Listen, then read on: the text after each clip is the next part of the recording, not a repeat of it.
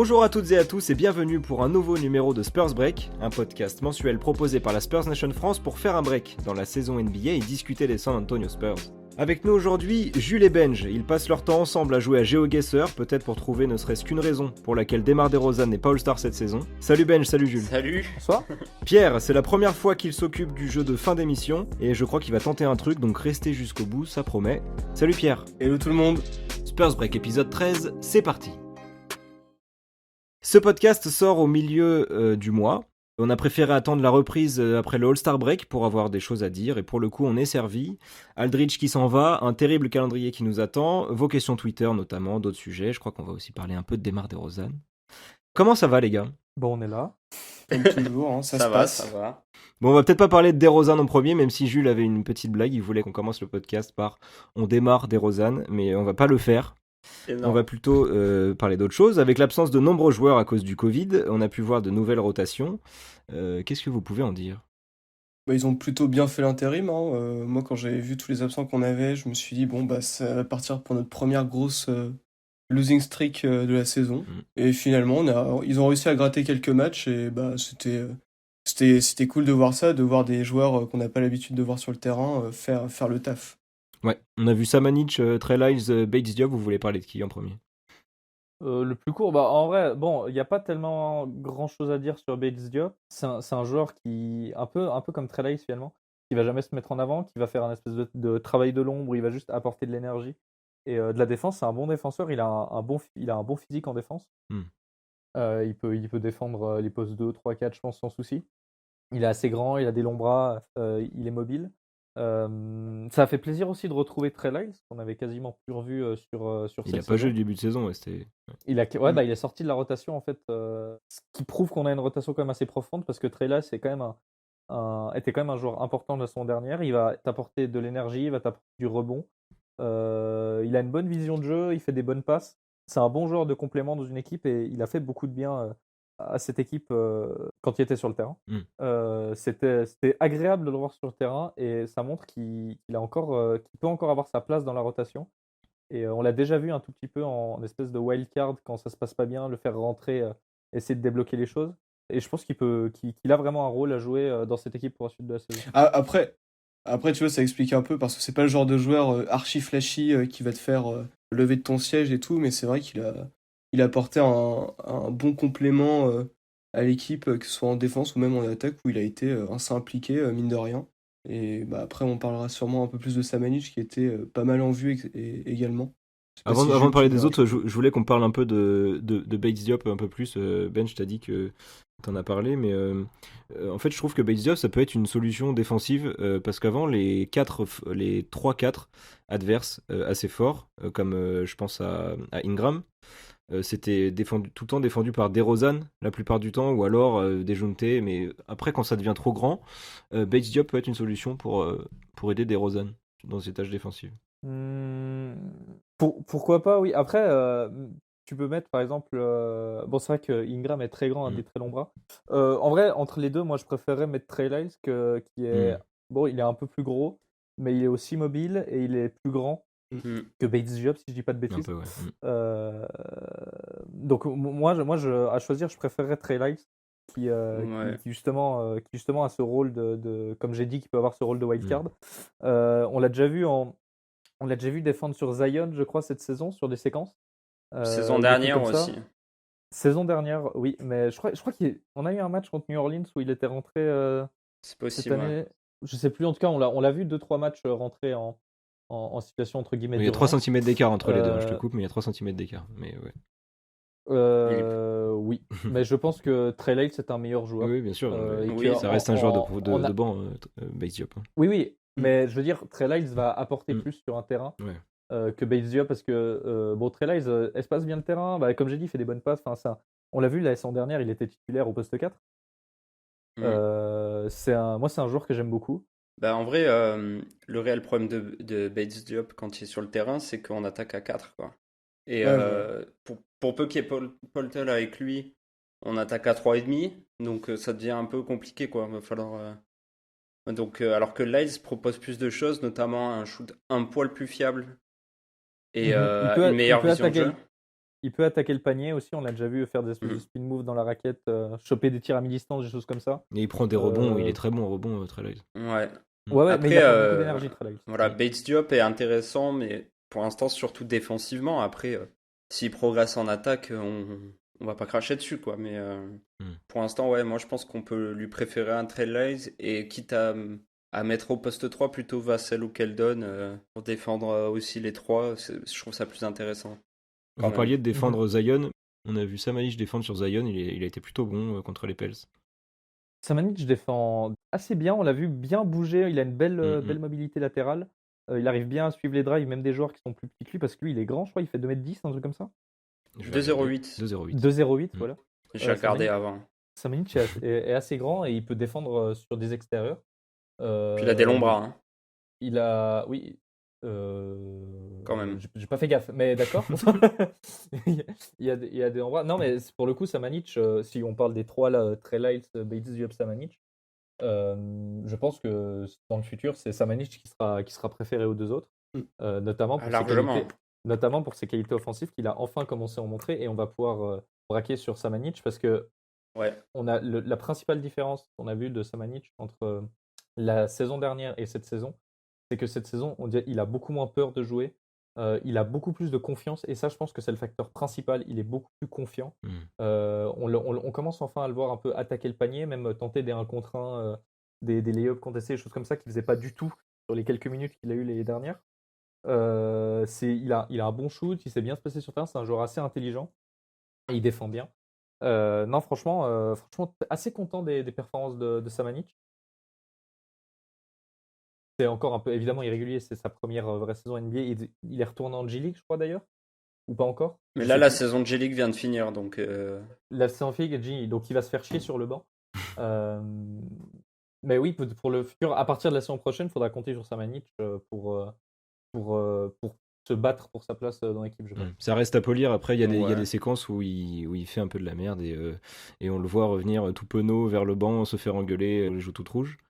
Oui, mais enfin, ça arrive encore Bah à... oui, ça c'est- arrive beaucoup encore de à joueurs. Dejounte Murray qui a bientôt 4000 ans. Et puis il a 20 ans. Hein. Pierre, t'en penses quoi du meilleur Luka de NBA? Ok, ça c'est Très, ça, c'est très pour bien hot faire take, ça. jaser le Texas.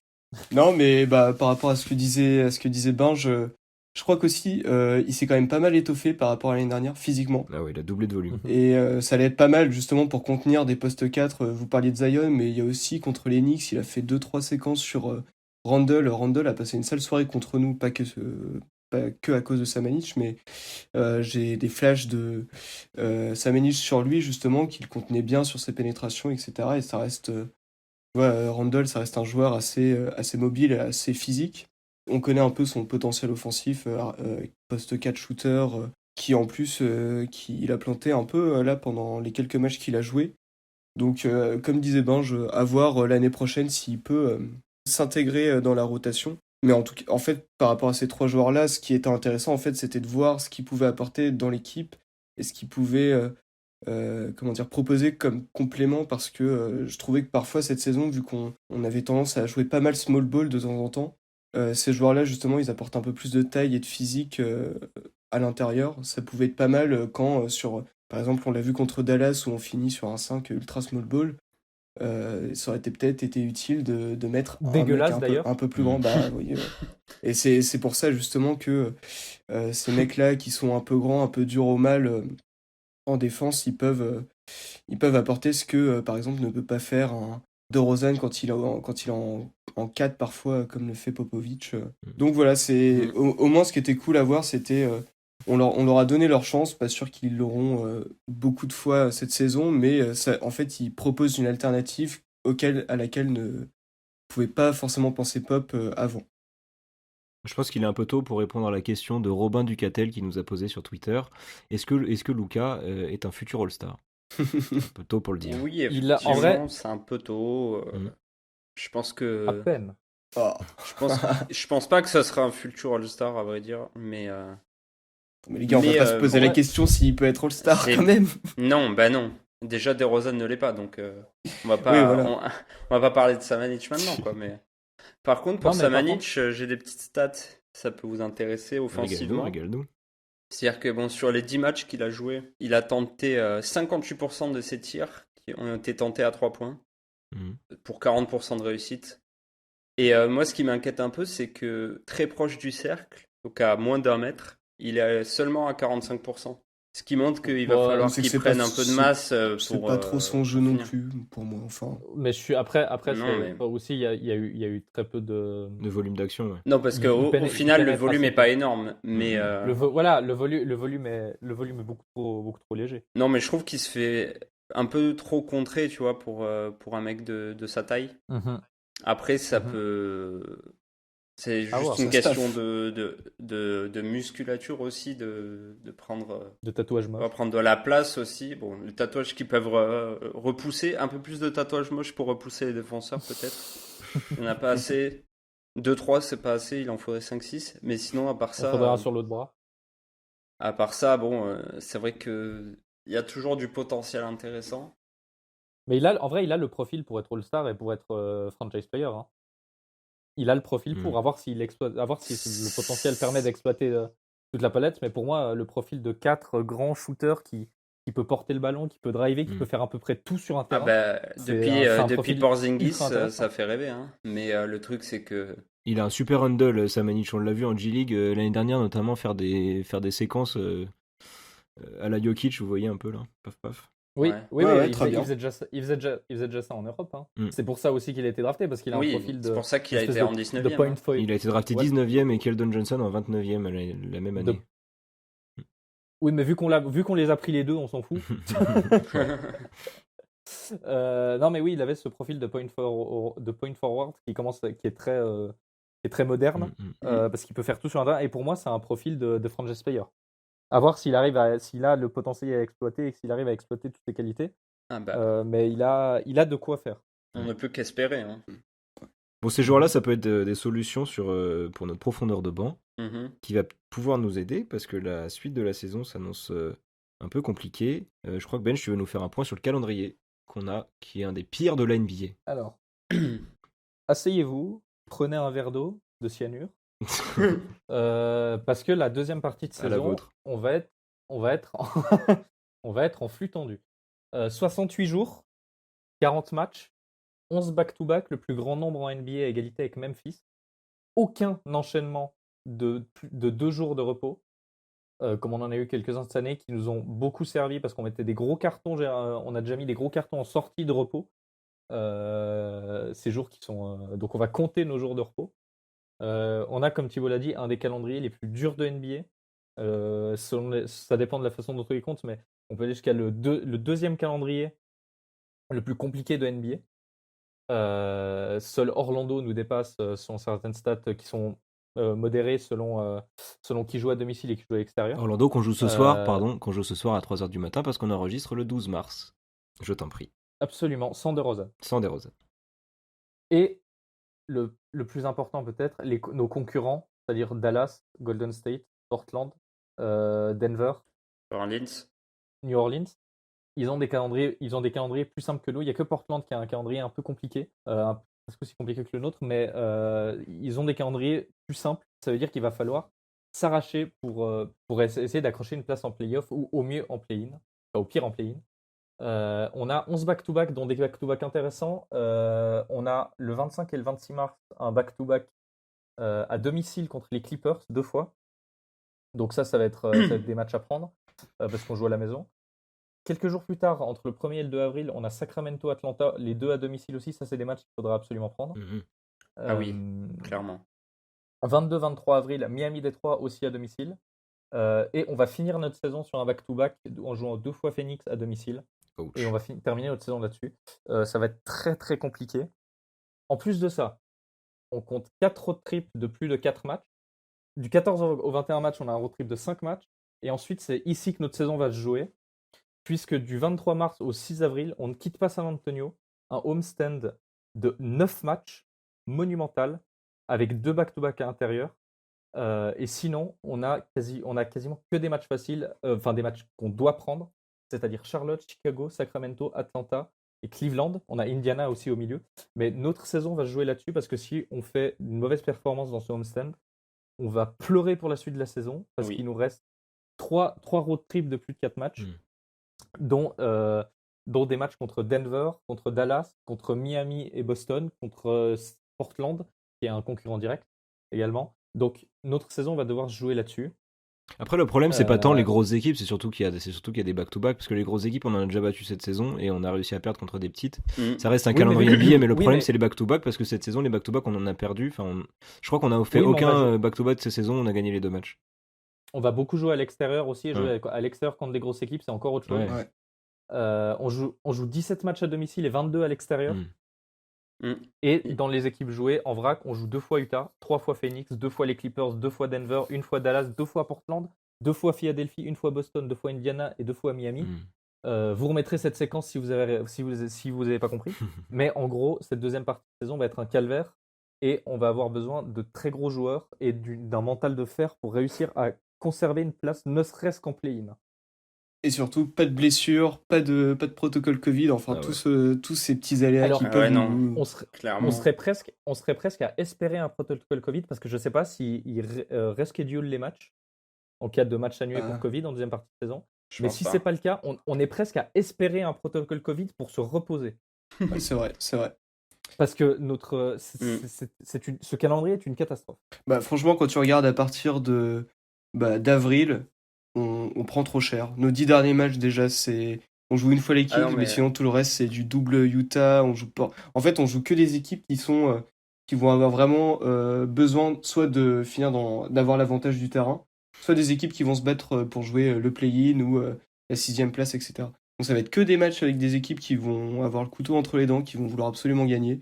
Et en plus, c'est souvent des grosses équipes avec des joueurs soit des individualités ou des collectifs qui peuvent nous faire grave chier.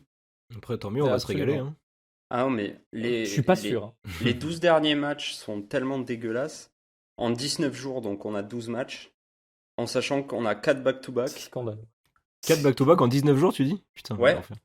Voilà, donc clairement, ce serait pas scandaleux si on rate le play-in. Rater le play-in, je pense que c'est beaucoup. Après, les autres équipes ont beaucoup de matchs aussi. Ils ont pas un calendrier aussi terrible que nous, mais quand même. Tu vois, il y a d'autres équipes qui peuvent avoir des protocoles Covid, qui peuvent avoir des absences, qui peuvent avoir un calendrier compliqué. Voilà, il y a d'autres. On peut prendre des matchs sur ça aussi, mais ouais. Bien sûr. Oui, mais le truc, c'est que on est déjà au coude à coude. Ouais. Là, on est 7e, je crois. On est au coude à coude. À mon avis, finir en dehors des 10, ça me paraît quand même tendu parce qu'il y a des équipes qui ont beaucoup de retard. Mais on va être sur les rotules en entrant dans le play-in si on est en play-in. Oui, à mon avis. On va y aller en rampant. Votre avis à vous deux, Jules et Pierre, sur cette question ? Il y a une question de El Fernando HB sur Twitter qui nous demande est-ce qu'on serait capable de rester aux 5e, 6e place ? Ouf. Alors après le point calendrier, je pense pouvoir m'avancer en disant que si on est 8e, c'est déjà exceptionnel. Soyons honnêtes, vu notre calendrier, vu la difficulté des matchs, à mon avis, ceux qui sont derrière, c'est-à-dire je crois il y a les Warriors derrière, il y a Dallas juste derrière. Il y a Dallas aussi. Et Dallas, dans 2 matchs, ils sont devant nous. Voilà, c'est ça. Dallas, dans 2 matchs, ils sont devant nous, ils sont 8. Donc on passe 8e. Et Warriors, si on passe devant après, on sera 9e. Après, il y a Memphis et New Orleans. Et Oklahoma. Qui sont les deux. Oklahoma, mais je les mets un peu en dessous de ces 2 équipes quand même. Ouais, mais ça joue bien quand même. Je les ai regardés un peu. Il y a un beau collectif, mais je sais pas, j'y crois moins. Au classement, les 10 premières, il y a un creux entre la place numéro 10 et la place numéro 11. Et on a 4 matchs là d'avance sur le Thunder qui est 11e, 5 sur les Kings qui sont 12e et les Pels qui sont 13e. Donc c'est pour ça que je dis que normalement on tient le play-in, mais on va souffrir. Il va falloir s'accrocher. Si on finit 10e, c'est pas une surprise. Et le play-in, vous savez s'il y a une petite pause entre la fin de la saison et le début du play-in ? J'espère, parce qu'on vient de faire. On sortira de 2 back-to-back. Si t'enchaînes directement, c'est une galère. Je crois qu'ils n'ont pas encore programmé ces dates-là, justement, enfin les play-in, début de play-off. Ouais. Mais les 2 matchs contre les Suns, par exemple, on n'a même pas encore l'heure des matchs. Ouais, voilà. Donc, oui, j'ai vu, je comprenais pas ce qu'il en était du coup. Mais bon, enfin, comme l'a dit Benjamin, si on fait 9/10, déjà, si on joue le play-in, il n'y aura pas de quoi rougir. Et c'est bien, au moins, ça va il y a de quoi se motiver les joueurs enfin pour la fin de saison. Ils vont se dire, vas-y, au moins ça leur fixe un objectif. C'est pas comme s'ils se disaient, vas-y, on va essayer de jouer la 11e place. Là, en fait, ils ont déjà pris une avance et ils vont essayer de la garder du mieux qu'ils le peuvent. Et donc, et comme l'a aussi très bien souligné Binge, c'est notre homestand là de 8 matchs, je crois. 9 matchs. De 9 Je matchs. dis pas de bêtises. Avec quand même pas mal d'équipes qui sont à notre portée, celui-là, ça va vraiment être un tournant. À la fin de ce obscène-là, on pourra savoir si on peut rêver. On aura un avis clair sur notre fin de saison. La fin de saison pendant laquelle on pourra compter sur LaMarcus Aldridge. Eh bien non, parce que LaMarcus Aldridge va s'en aller des Spurs, il jouera plus avec le maillot des Spurs. Ça a été annoncé par Pop avant le match contre Dallas, je crois. Oui. Il a annoncé Aldridge ne jouera plus avec nous. On essaie de trouver la meilleure opportunité pour lui avec des trades. La franchise essaie de chercher. Voilà. LaMarcus Aldridge sera plus avec nous. On en parlera après la chronique de Clément qui arrive tout de suite. On fait un break dans le Spurs Break avec Clément qui va nous raconter une anecdote sur l'histoire de la franchise. Clément, c'est à toi, régale-nous. La chauve-souris est aujourd'hui connue pour être à l'origine de la pandémie mondiale actuelle. Et c'est aussi un animal qui fait partie de l'histoire des San Antonio Spurs. Quasiment chaque saison, pendant l'hiver, quelques chauves-souris viennent chercher un peu de chaleur dans la toiture de l'AT&T Center. Parfois, certaines d'entre elles se détachent pour venir survoler le terrain et perturber le match. Qu'est-ce qui explique ces étranges apparitions ? En fait, l'arène se trouve à 40 km au sud-ouest de Bracken Cave, qui abrite plus de 15 millions de chauves-souris mexicaines, ce qui en fait la plus grande colonie de mammifères au monde. Chaque hiver, ces animaux volants migrent d'Amérique centrale vers cette grotte où les colonies maternelles s'envolent pour allaiter leurs nouveau-nés. L'AT&T Center se trouve géographiquement en plein milieu de leur parcours de migration. Mais pourquoi viennent-elles se réfugier à cet endroit ? Il y a 2 facteurs potentiels qui rentrent en jeu. L'AT&T Center est une des arènes NBA les plus proches de la banlieue. La concentration massive de population et de lumière attire les mythes et autres insectes dans cette zone plutôt calme, attirant à leur tour les chauves-souris à la recherche de nourriture. En plus de ça, des experts soupçonnent une minuscule crevasse quelque part dans la toiture de l'AT&T. Cette crevasse libère juste assez de chaleur à l'extérieur pour attirer les chauves-souris et les oiseaux qui cherchent à échapper aux températures froides de l'hiver. Une fois qu'une chauve-souris arrive dans l'arène et se détache du toit, c'est un véritable spectacle qui peut s'ensuivre. On pense notamment à l'épisode le plus connu, Manu Ginobili qui assomme à main nue une chauve-souris le soir d'Halloween face aux Kings en 2009. Rob Whickle, qui a tenu le rôle de Coyote, notre mascotte pendant près de 2 décennies avant de démissionner en 2016, semblait presque envieux de tous ces affrontements de chauves-souris.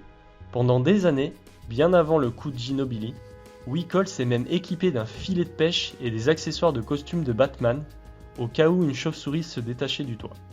C'en est même devenu un jeu entre lui et le public, un autre événement dans le match.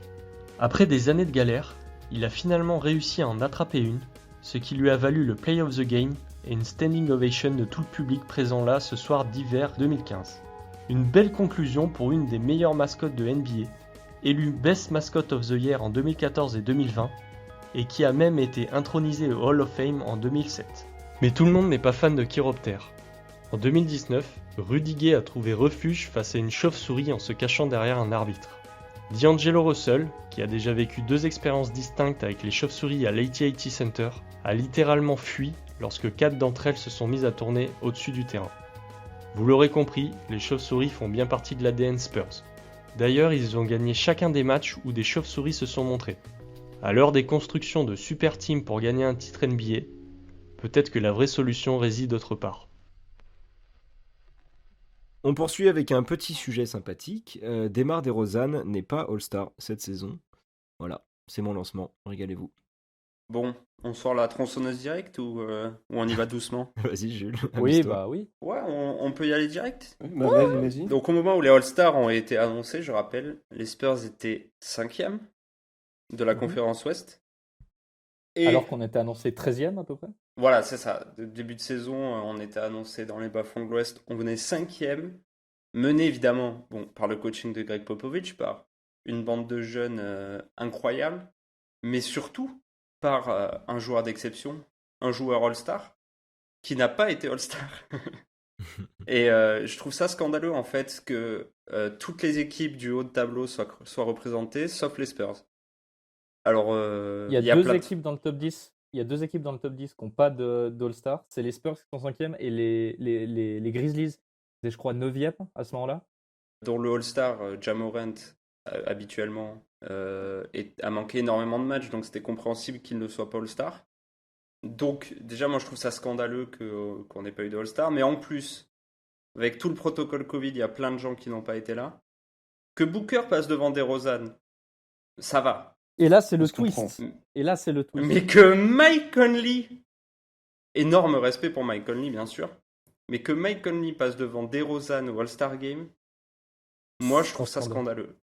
Moi, je trouve ça pas normal du tout. En fait, Que un joueur du calibre de DeRozan se fasse manquer de respect au point que Mike Conley passe devant. En fait, il y a un très gros problème avec ce système. C'est-à-dire que pour l'explication, en fait, c'est l'explication qu'on m'a donnée sur Twitter.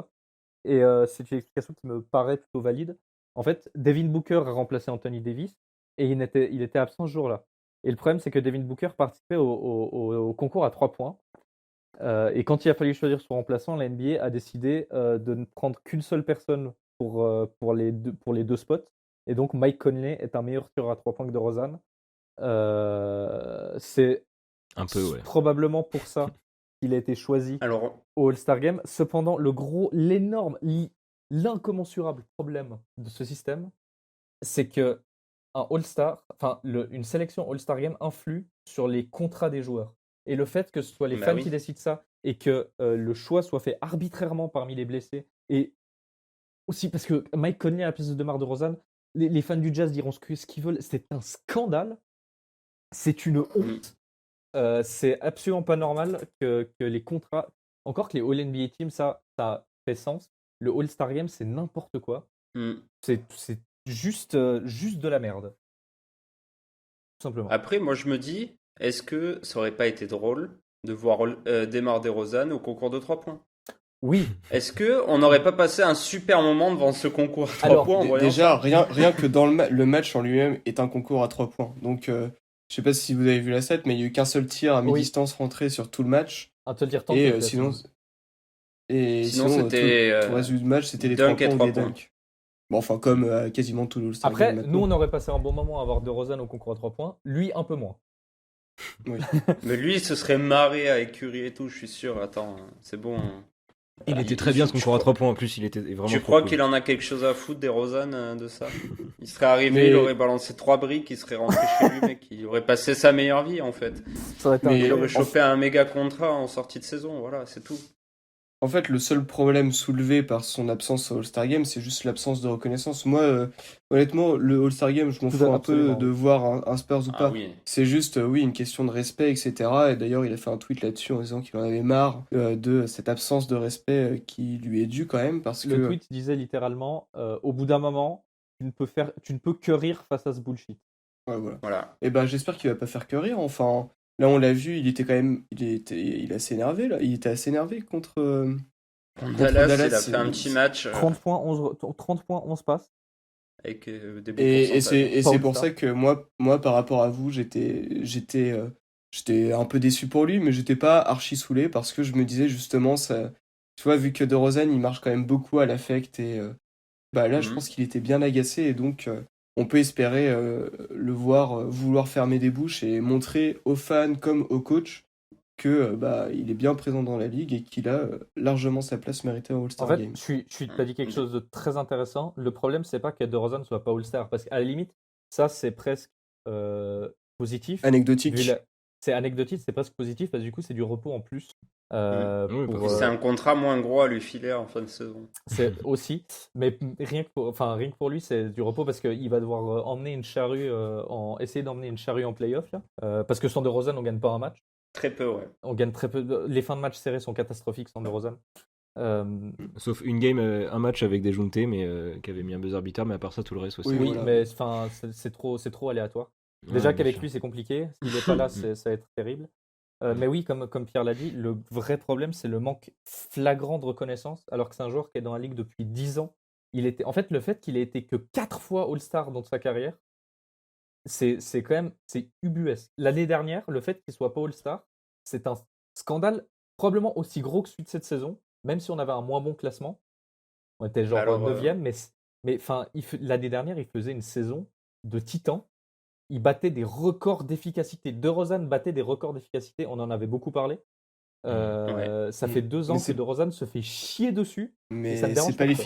C'est pas l'efficacité qui t'emmène au All-Star Game. Ce qui t'emmène au All-Star Game, c'est des gros dunks.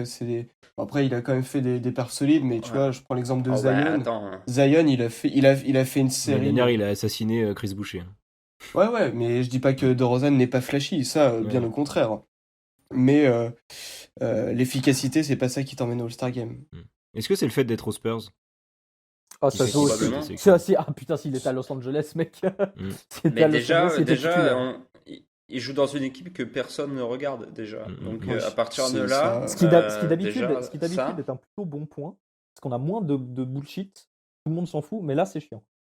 Par contre, Benjamin, dis-moi, oui. On joue combien de fois le Jazz en fin de saison? 2 fois.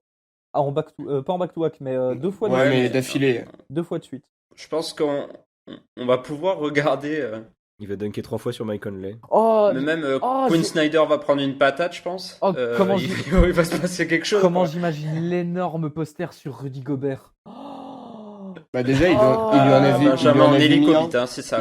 Ah non, mais il lui avait mis un poster il y a 2-3 ans, c'était je crois cette dernière saison aux Raptors. Il l'avait tué. Il est violent. Il est très violent. Oh là là, mais il l'avait détruit. Quel régal. Ouais.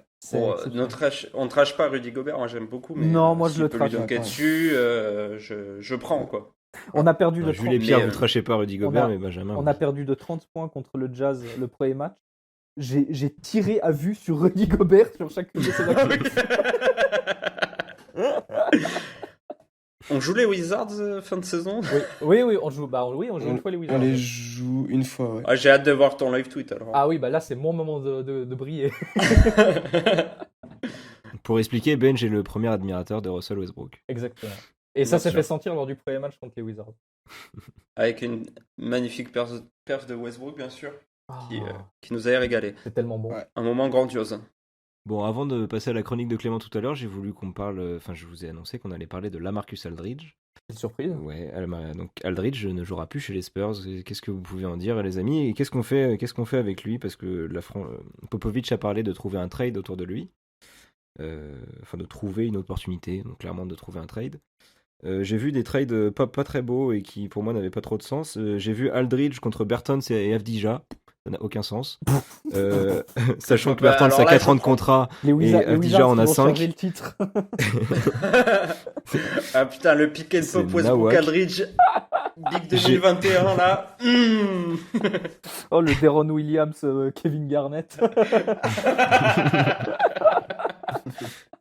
J'ai aussi vu du Aldridge, Rudy et Patty Mills contre Kawhi, Patrick Beverley, je sais plus qui d'autre aux Clippers. Bon, bref, on voit n'importe quoi. Ouais, on prend. Mais la personne était fonce-car là. C'est quelque chose. Faut pas faire n'importe quoi avec la trade machine.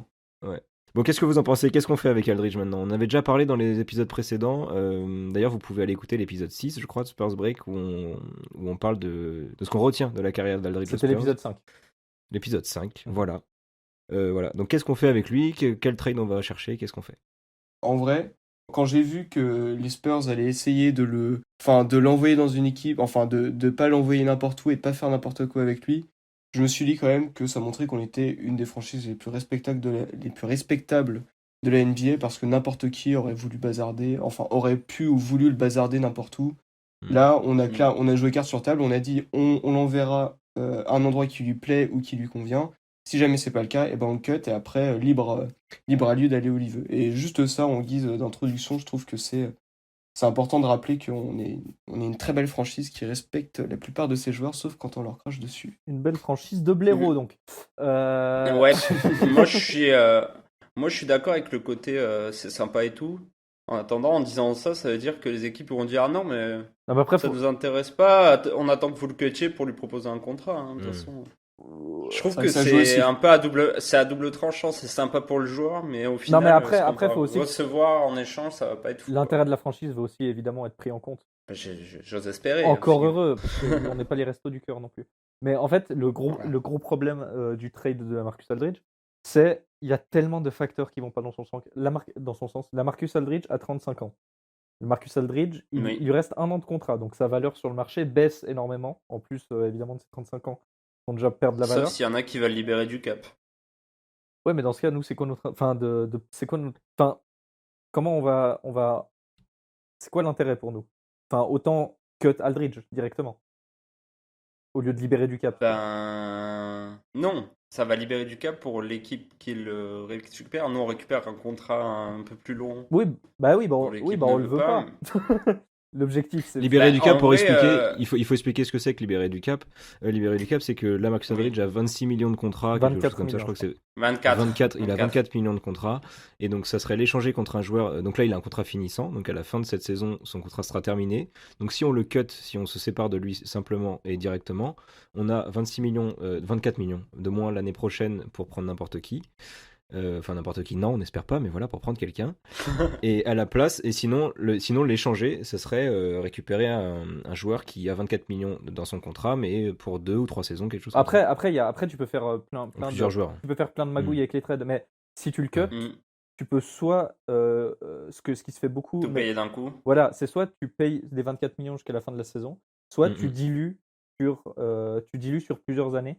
À mon avis, on va pas faire, Ouais. on va aller bazarder ça et puis passer à autre chose. J'espère en tout cas, parce qu'on a rien d'autre à faire. Mais donc le problème, c'est qu'il a 35 ans, c'est qu'il a un contrat à 24 millions et qu'il a aucune valeur sur le marché. Le problème, c'est qu'il est pas très bon. Il peut plus marquer que Bah, sur pick, il peut poser des écrans et marquer sur pick and pop, mais il défend plus, prend plus un rebond. Enfin, c'est compliqué, hein. Il y a Non, très c'est peu pas- d'équipes c'est qui vont pas vouloir de évident. lui. C'est ça, il y a très peu d'équipes Bah, il y a très peu d'équipes qui veulent prendre son contrat. Ouais, Je voilà, crois que qui vont vouloir de lui à ce prix-là. Je crois que Miami a montré de l'intérêt pour Lamarcus. Mais... Oui. Ouais, mais Ouais, ils vont mais- montrer de l'intérêt que s'ils le prennent au minimum vétéran, pas pour. Et puis surtout, si en échange pour récupérer Meyers Leonard, l'antisémite, et je sais pas qui d'autre, enfin, pour moi, ça n'a aucun intérêt. Et Olynyk.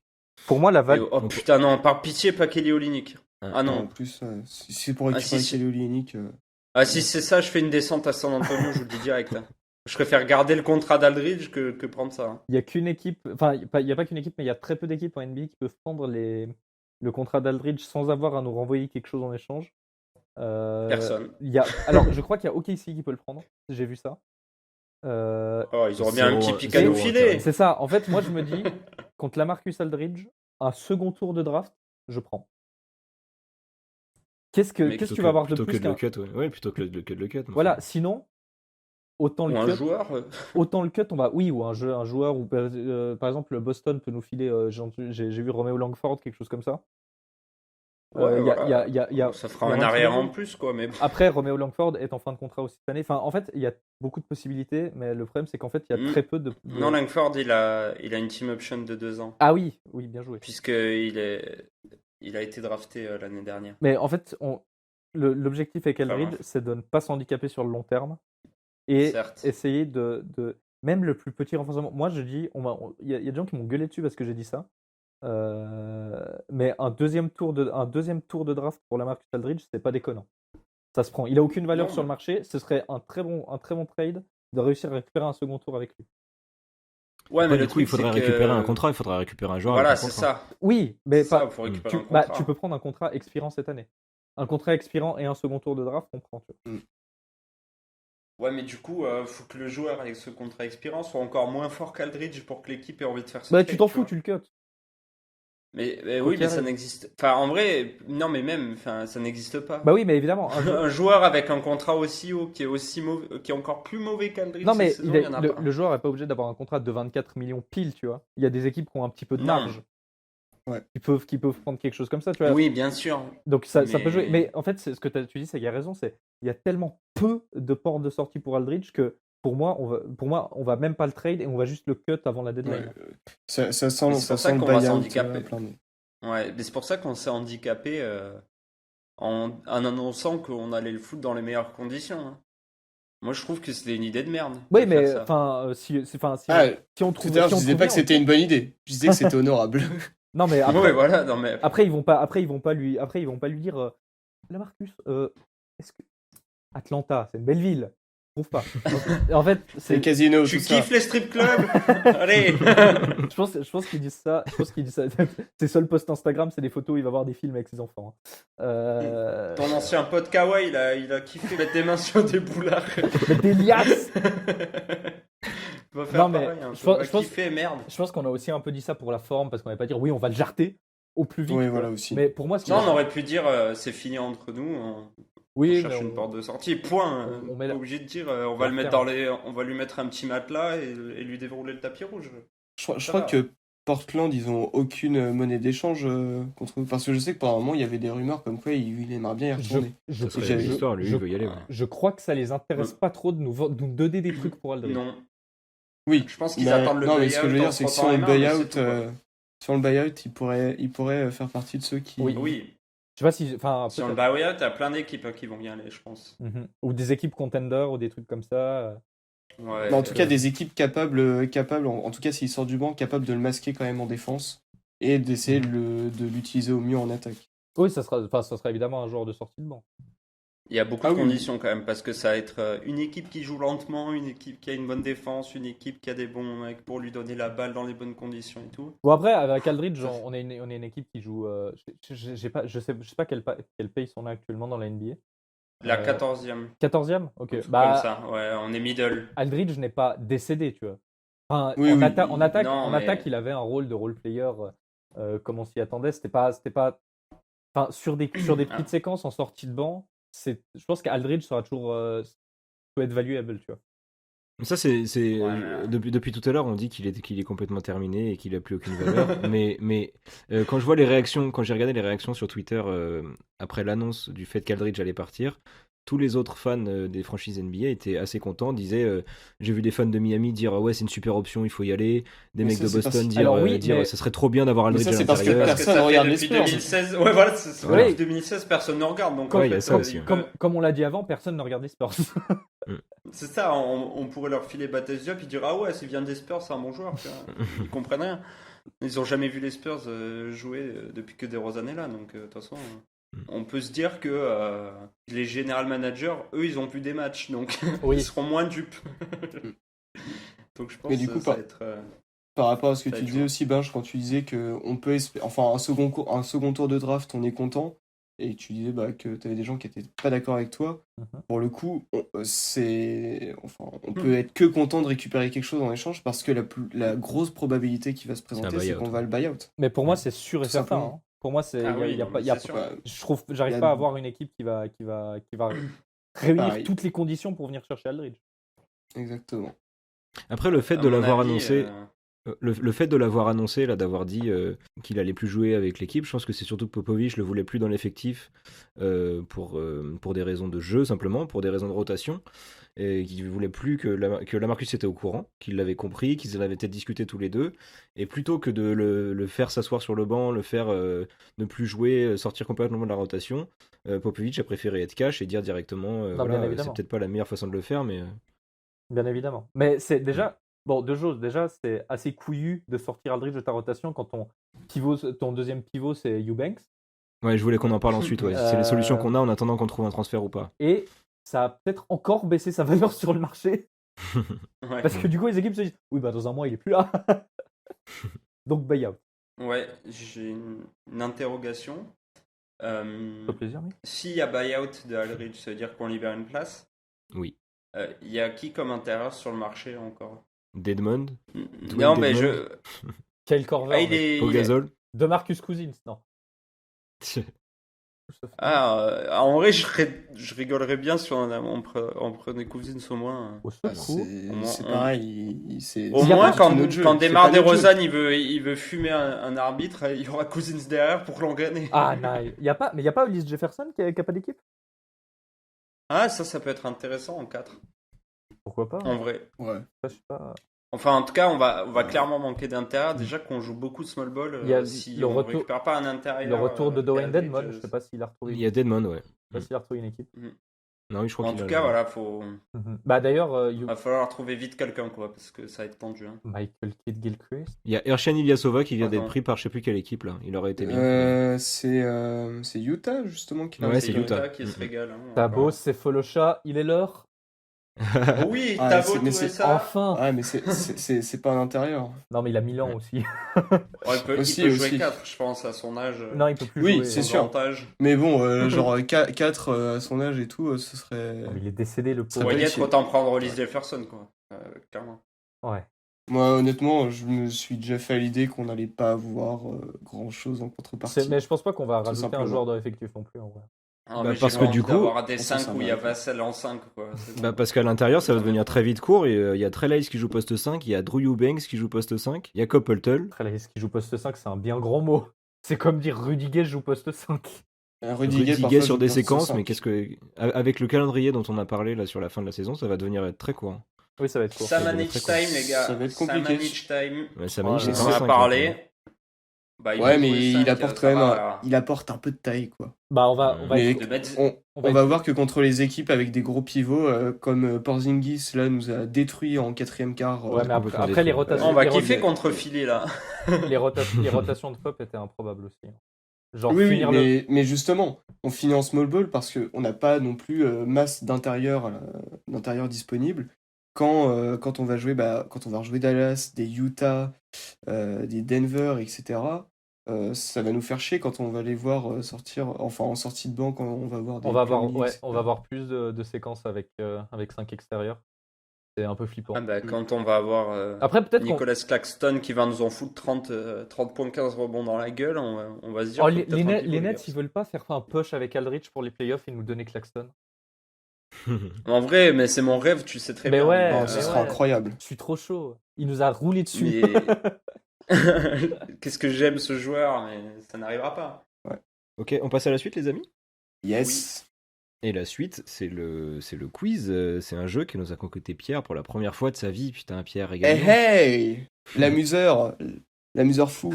C'est Ah là parti. là là là là là, on va se régaler. On va se régaler, game time. Pour expliquer les règles, en gros, ce que j'ai fait, c'est que j'ai pris une action particulière dans l'histoire des Spurs, que du coup j'ai isolé l'audio et j'ai décidé de l'accélérer. Donc une première fois, j'ai accéléré de 4 fois la vitesse de l'action, histoire de s'amuser un petit peu, histoire de...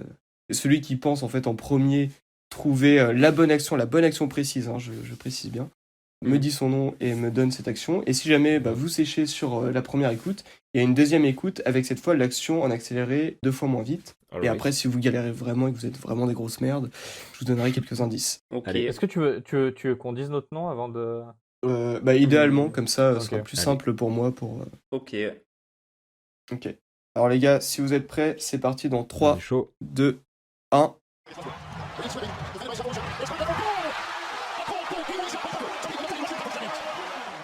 Waouh. Alors, Wow, est-ce que c'est vous l'avez? dur. Ah non, il n'y a pas Démarre DeRozan à un moment? Il fait Démarre DeRozan. Ouais, moi c'est ce que je comprends aussi. Non, c'est... En tout Vas-y, cas, refais. on parle pas de lui. Relance. Alors, du coup, si tu veux la deuxième écoute, je vous l'ai mis en 2 fois. Attends, réessaye le x4, réessaye. Tu vas essayer le x4. Bah ouais.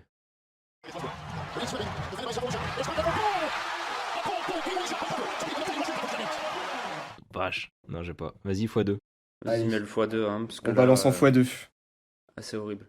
Green sweeping, defended by Zaporozhia. It's Carter. Good! A cold-blooded game-winning shot by Booker to beat the defending Western Conference champions. Thibaut. Benjamin.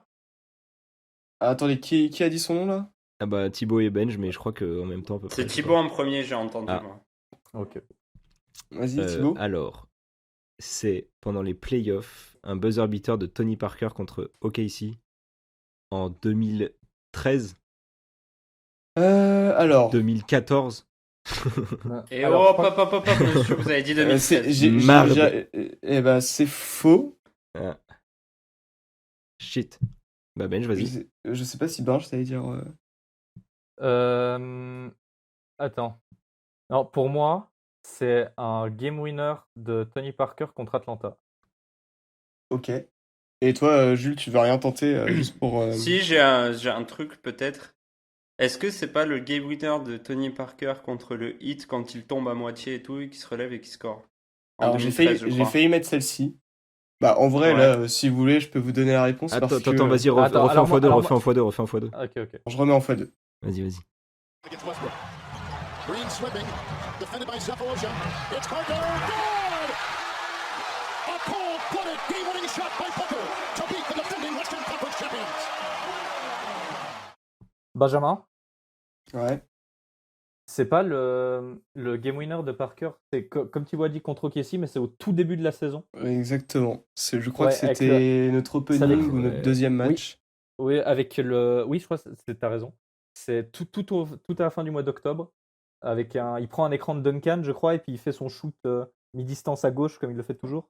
Exactement. Et Ah, en non, plus, souviens plus. on parlait de ses follow shots tout à l'heure, c'est lui qui défend sur Green. Ouais, j'ai qui entendu est- ses follow ouais, shots. ouais. J'ai entendu Westbrook et ses follow shots, c'est pour ça que j'avais OKC. Exactement. Moi, j'ai en, entendu- j'avais pas en fait vrai, gaffe. Thibaut, j'ai J'ai failli entendu Corver. te l'accorder, mais c'était juste pas en playoff. Et c'était plus exactement, c'était fin octobre 2012. En fait, pour la petite Ok, histoire, 2012. je crois que c'est je crois que c'est le premier match que j'ai vu en live, en vrai live des Spurs. Oh là Et c'est là. pour ça, genre vraiment, Ah ouais, d'accord. Il y a une petite histoire en plus. l'audio, enfin le commentary de l'action, je m'en souviendrai tout le temps. D'ailleurs, Ah, comment il s'appelle ce commentateur? C'est mon préf en NBA. C'est Kevin Harlan. Ah ouais, je crois. putain. Régalade. Le meilleur. Bah, en tout cas, bien joué Benj, et en vrai, bien joué Thibaut. Et merci. Parce que Bravo, t'avais les quasiment gars. tout. T'avais quasiment Ouais. tout. Moi, j'avais que Parker. Hein. Non, Thibaut est nul. Tiens. Mais qu'il est de mauvaise foi, celui-là. Oh, celui-là. Bon, bah bien joué, bien joué, bien joué. Mais merci. Bravo, les gars. Bravo Pierre pour. Ouais, à refaire, c'était pas mal ce truc. Si ça vous a plu, j'essaierai d'en trouver des peut-être un peu plus durs, parce que celle-ci, en fait, elle me paraissait très, très facile, dans le sens où c'est un match récent et t'arrives à reconnaître certains trucs. J'essaierai de trouver quelque chose de plus dur. Récent, c'était il y a bientôt 10 ans quand même. Le hein. x4, c'est quelque chose quand même. Ah, le x4, c'est concept. Le x4. Ouais, c'est terrible. Bon, merci à tous de nous avoir suivis, les gars. Merci vous trois. Mais merci à toi. Merci à toi. Hein. Toujours un plaisir de converser avec vous. Et oui, régalade. Je rappelle que le 15 mars sortent les New Balance Fiesta de Dejun Temeray. Régalez-vous et vous pouvez l'offrir à Jules le 17 mars pour son anniversaire. Et oui. Le jour Bon, allez, où on se sortira retrouve, après ce podcast, hein, d'ailleurs. Ouais, faut le Bah sortir, ouais. faut le T'as sortir vite. intérêt à le sortir vite, Thibaut. Hein, parce que... Ouais. Il va se faire. Bon, on se retrouvera après ça vers le début avril pour le prochain numéro de Spurs Break. Salut. Ciao. Bisous à tous.